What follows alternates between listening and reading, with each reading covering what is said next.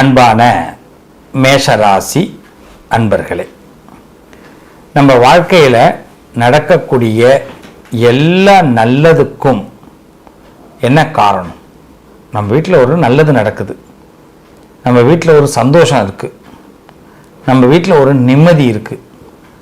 இப்படி ஒரு சுச்சுவேஷன் வருதுன்னா என்ன காரணம்? இதை விட்டுருவோம். ஏன்னா எங்கெங்கே நல்லது வருதுங்கிறீங்களா? கண்டிப்பாக நல்லது வருது.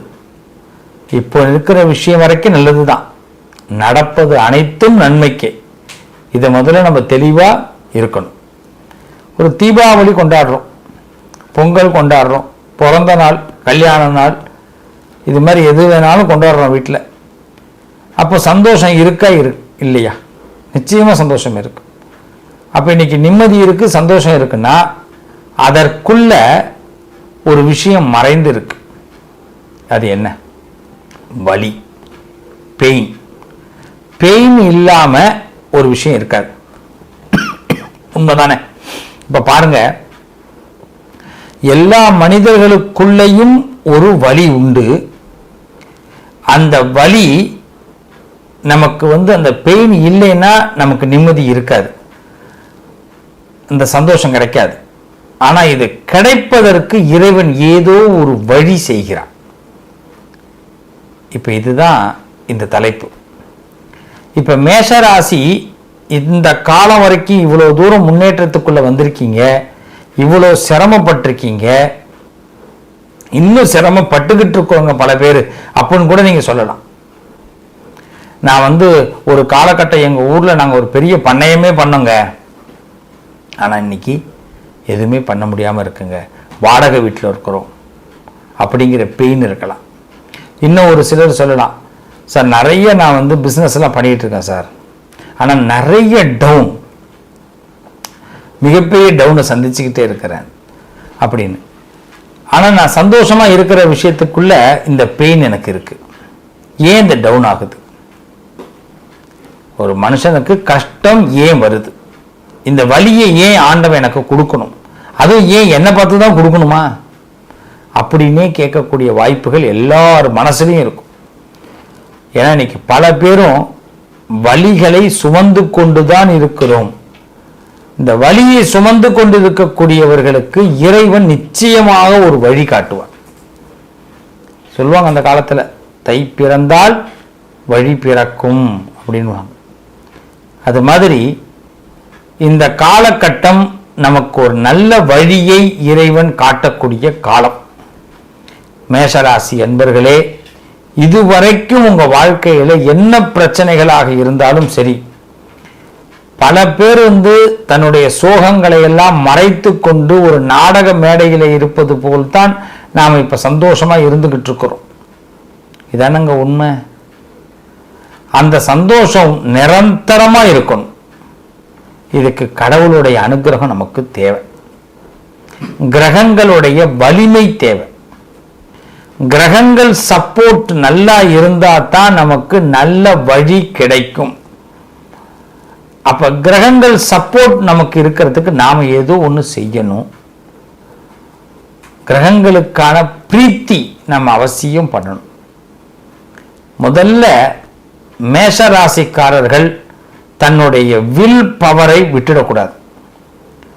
யாரு வேணாலும் எது வேணாலும் சொல்லுவாங்க, தம்பி நீ வளர மாட்ட, தம்பி நீ சக்சஸுக்கு போக வாய்ப்பு இல்லை, தம்பி உன்னை ஏத்துக்க யாரும் வாய்ப்பு இல்லை, எது வேணாலும் சொல்லுவாங்க. யாரு வேணாலும் சொல்லிட்டு போட்டோம், அதை பத்தி கவலையே கிடையாது. ஆனா மேஷராசிக்காரர்கள் அவர்கள் சொல்லும் வார்த்தையை காதின் வழியாக இதயத்திற்குள் கொண்டு போகாதீர்கள். இதான் நான் உங்களுக்கு சொல்ற முதல் செய்தி. என்ன காரணம் அப்படின்னா, உங்க ராசி சந்திரன் அங்க உட்காரும் பொழுது உங்களுடைய விதி அம்சத்தை தீர்மானம் செய்யக்கூடியவர் உங்கள் ராசிக்கு அதிபதியான செவ்வாய்.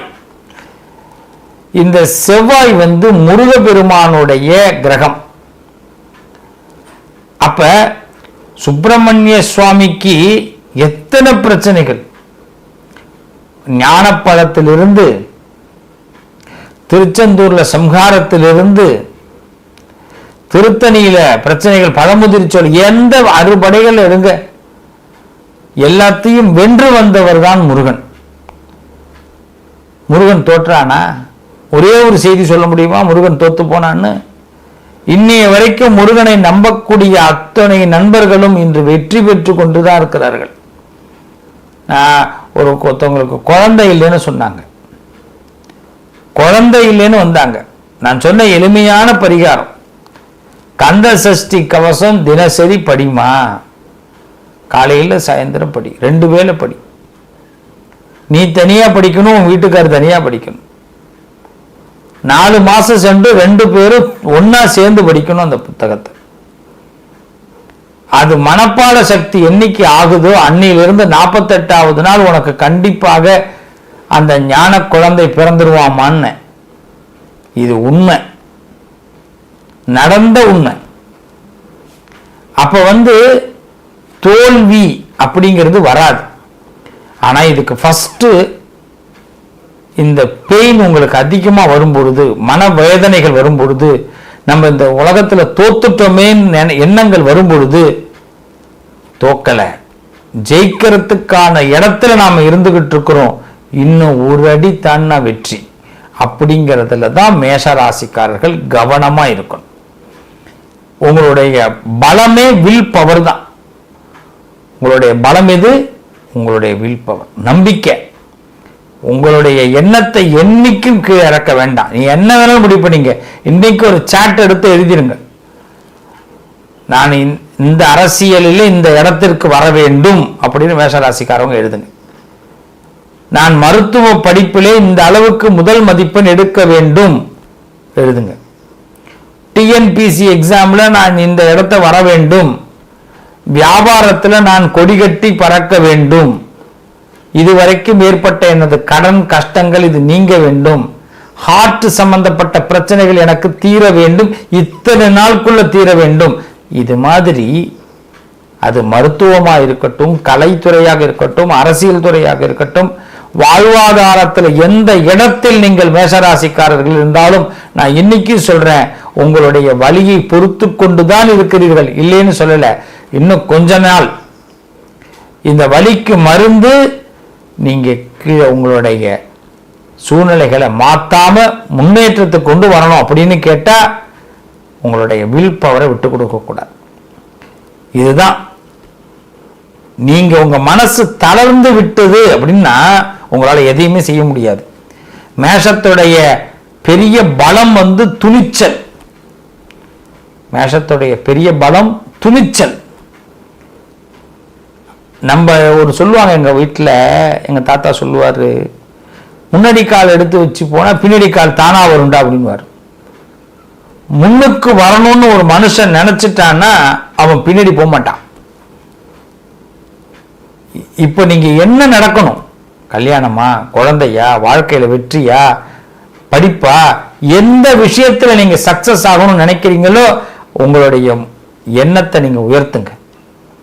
இதற்கு முருகன் உங்களுக்கு துணை செய்வார். அதனாலதான் நான் சொன்னேன், முருக கடவுள் தோத்தத சரித்திரமே கிடையாது. எல்லா இடத்திலும் வெற்றி பெற, சூரபத்மனையே வெற்றி பெற வச்சிருக்கிறான். சூரபத்மனை வென்றானா இல்லையா?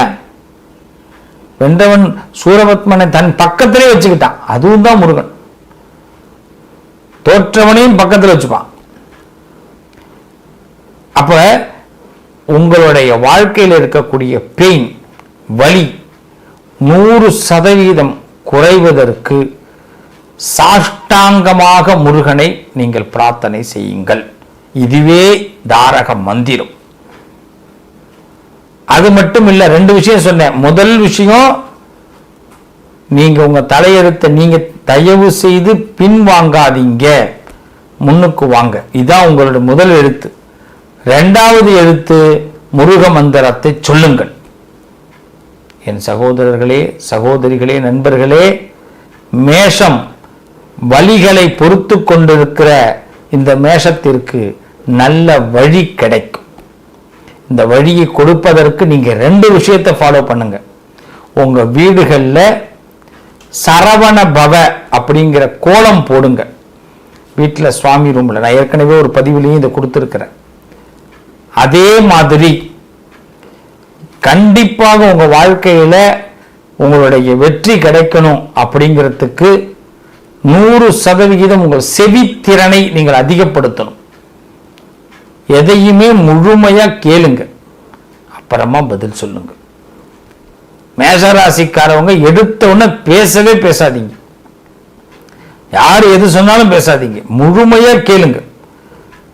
இவன் எதுக்கு வந்திருக்கிறான், என்ன பேசுறான், நீங்க எந்த இடத்துல இருந்தாலும் எந்த துறையில் இருந்தாலும் அதை நீங்க ஃபாலோ பண்ணிட்டீங்கன்னா, அந்த செவித்திறன் உங்களுக்கு சரியாக இருந்ததுன்னா உங்களுக்கு கண்டிப்பாக கேள்வி ஞானம் ஏற்படும், அதற்கு சிறந்த பதில் கிடைக்கும். இப்போ புரியுதா? ஏன்னா செவ்வாய் உங்களுக்கு சாதகமான இடத்தை கொடுப்பார். முருகன் உங்களை என்னைக்கு கைவிட மாட்டான். இதை மட்டும் ஃபாலோ பண்ணுங்க, நிச்சயமா உங்களுக்கு இருக்கிற பெயின் எல்லாம் டோட்டலி கிளியர் ஆயிடுது. இதுவரைக்குமே உங்க பெயின்களை மறந்துதான் வெற்றியை பார்க்குறீங்க. அந்த வெற்றி தொடரும், வழி கிடைக்கும், நல்லது நடக்கும். வாழ்த்துக்கள் மேஷராசி அன்பர்களே. மீண்டும் ஒரு நல்ல பதிவில் உங்களை நான் சந்திக்கிறேன். நண்பர்களே, சகோதர சகோதரிகளே, உங்களுக்கு நாங்களும் எங்களுக்கு நீங்களும் என்றும் துணையாக நிற்போம். ஒரே விஷயம், உங்களுடைய வளர்ச்சி எங்களுக்கு ரொம்ப முக்கியம். ஆன்மீகம், ஜோதிடம் சம்பந்தப்பட்ட தகவல்களை நான் அவ்வப்பொழுது உங்களுக்கு தந்து கொண்டே இருக்கிறேன். உங்களுக்காக இப்போ நாங்கள் இன்ஸ்டாகிராமில் ஒரு பேஜ் ஒன்று ஓப்பன் பண்ணியிருக்கிறோம். அதை நீங்கள் ஃபாலோ பண்ணுங்கள். அதே மாதிரி வாட்ஸ்அப் சேனல் ஒன்று ஆரம்பிச்சிருக்கிறோம். இந்த ரெண்டோடைய லிங்கையும் உங்களுக்கு நான் கொடுக்குறேன், டிஸ்கிரிப்ஷனில் நீங்கள் பார்க்கலாம். அதை நீங்கள் ஃபாலோ பண்ணுங்கள். நாங்கள் தினசரி உங்களுக்கு அப்டேட் பண்ணிக்கிட்டே இருக்கிறோம். உங்களுடைய லைஃபுக்கு என்ன தேவை, இன்றைக்கி நாளைக்கு அமாவாசையில் என்ன பண்ணணும், பிரதோஷம் என்ன பண்ணணும், உங்களுக்கு எப்படி நாளை நாள் எப்படி கொண்டு போகணும், எந்த கோவிலுக்கு போனால் என்ன லாபம், நம்மளுடைய கடன் தீர என்ன செய்யணும், உங்களுடைய எல்லா சந்தேகங்களுக்கும் நிறைய பதில்களை, எங்களுக்கு தெரிந்த பதில்களை உங்களுக்கு சொல்ல நாங்கள் காத்திருக்கிறோம்.